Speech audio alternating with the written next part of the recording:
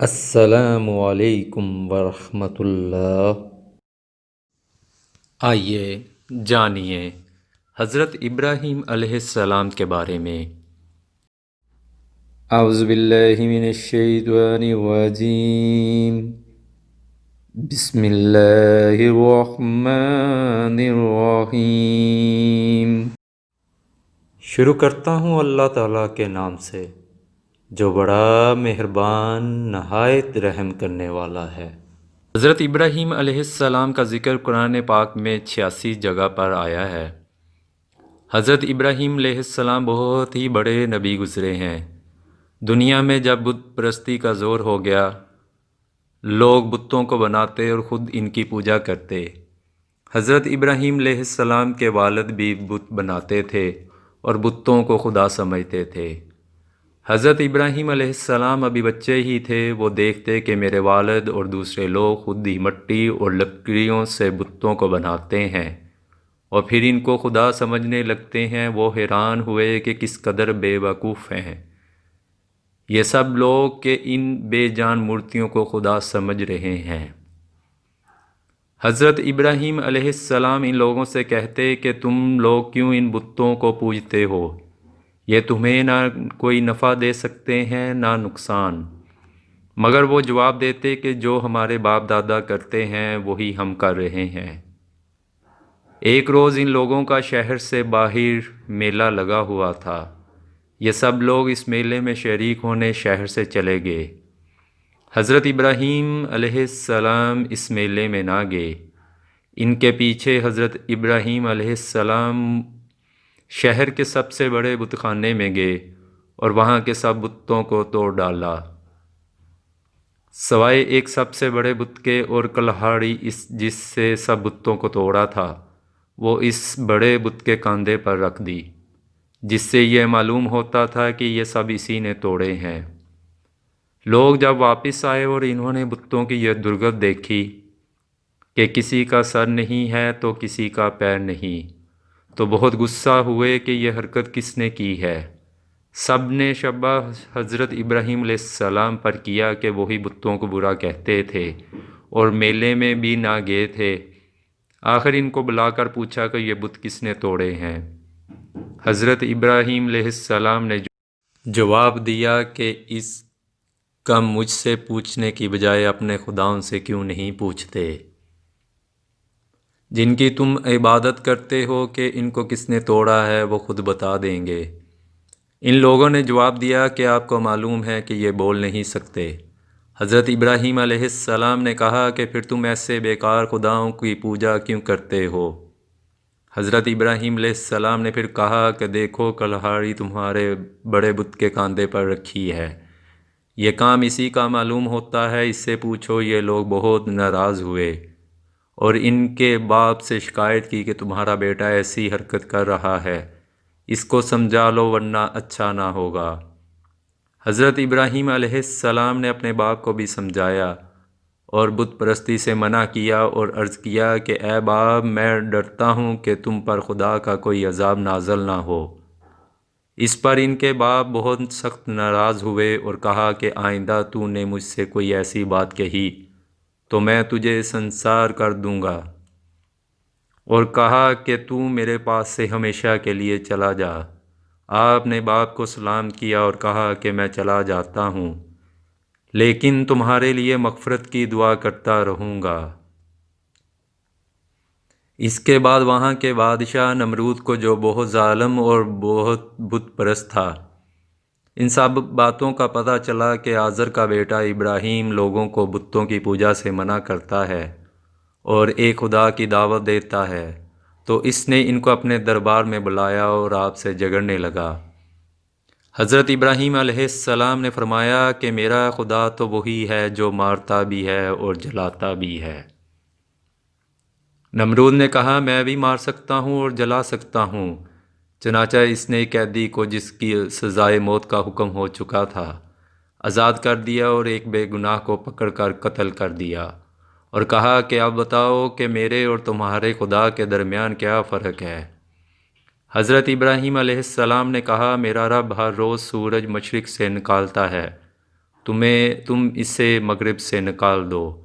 اس پر نمرود لاجواب ہو گیا اور حکم دیا کہ ابراہیم علیہ السلام کو زندہ جلا دیا جائے۔ چنانچہ بہت سی لکڑیاں اکٹھی کی گئیں اور ان میں آگ لگائی گئی۔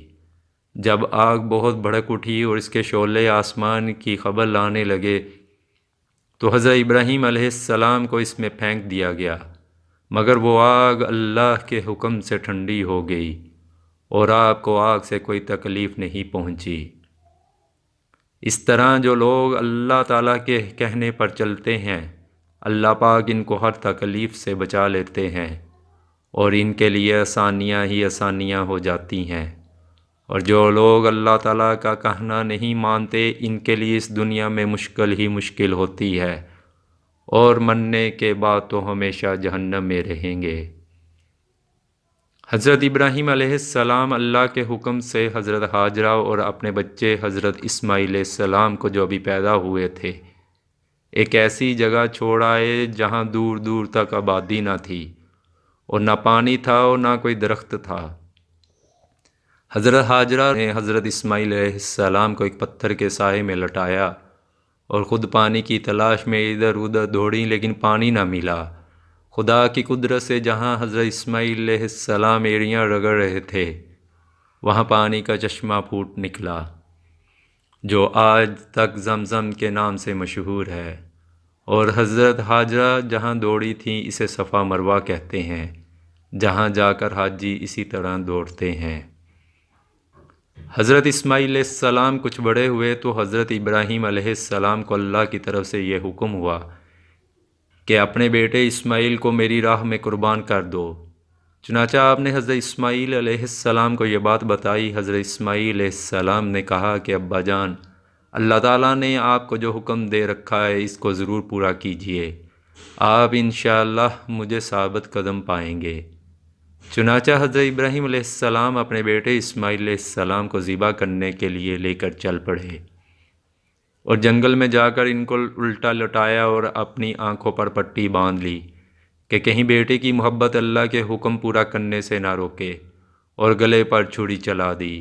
اسی وقت آواز آئی کہ اے ابراہیم، تو نے ہمارے حکم کو سچ کر دکھایا۔ اور جب حضرت ابراہیم علیہ السلام نے آنکھوں سے پٹی کھولی تو حضرت اسماعیل علیہ السلام کی بجائے ایک دمبا ذبح کیا ہوا پڑا تھا۔ اسی واقعے کی یاد میں مسلمان ہر سال قربانیاں کرتے ہیں۔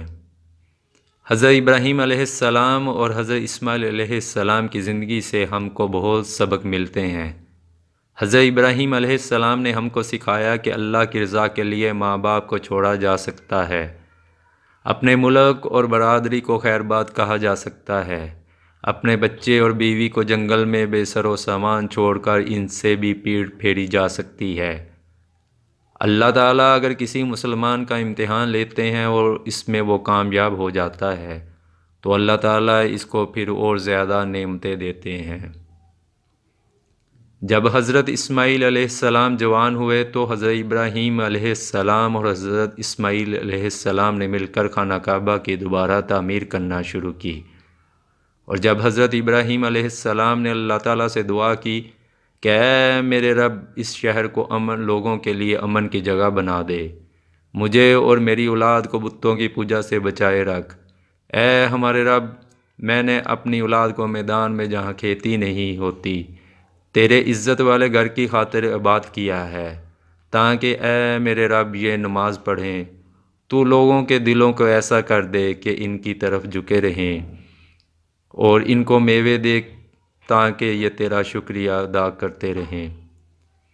اے پروردگار، جو بات ہم چھپاتے ہیں اور ظاہر کرتے ہیں تو ان سب کو جانتا ہے، اور اللہ تعالیٰ سے زمین و آسمان میں کوئی چیز چھپی ہوئی نہیں ہے۔ اور میرے رب، تو مجھ کو توفیق دے کہ میں تیری نماز پڑھتا رہوں اور میری اولاد بھی نماز پڑھتی رہے۔ اے میرے رب، میری دعا قبول فرما لیجئے۔ اے میرے رب، حساب و کتاب یعنی قیامت کے دن مجھ کو اور میرے ماں باپ کو اور مومنوں کو بخش دے۔ یہ وہی خانہ کعبہ ہے جہاں ساری دنیا سے لاکھوں مسلمان ہر سال حج کرنے آتے ہیں، اور جس کی طرف منہ کر کے ہم سب مسلمان 5 وقت کی نمازیں ادا کرتے ہیں۔ اگر آپ ہمارے چینل پر نئے ہیں تو اس کو سبسکرائب کیجئے اور اس ویڈیو کو لائک اور شیئر کیجئے۔ یہ ہمارے لیے صدقہ جاریہ ہے اور اللہ تعالی ہم سب کی بخشش اور مغفرت فرمائے۔ اپنے پیاروں کا بہت سا خیال رکھیے۔ اللہ حافظ۔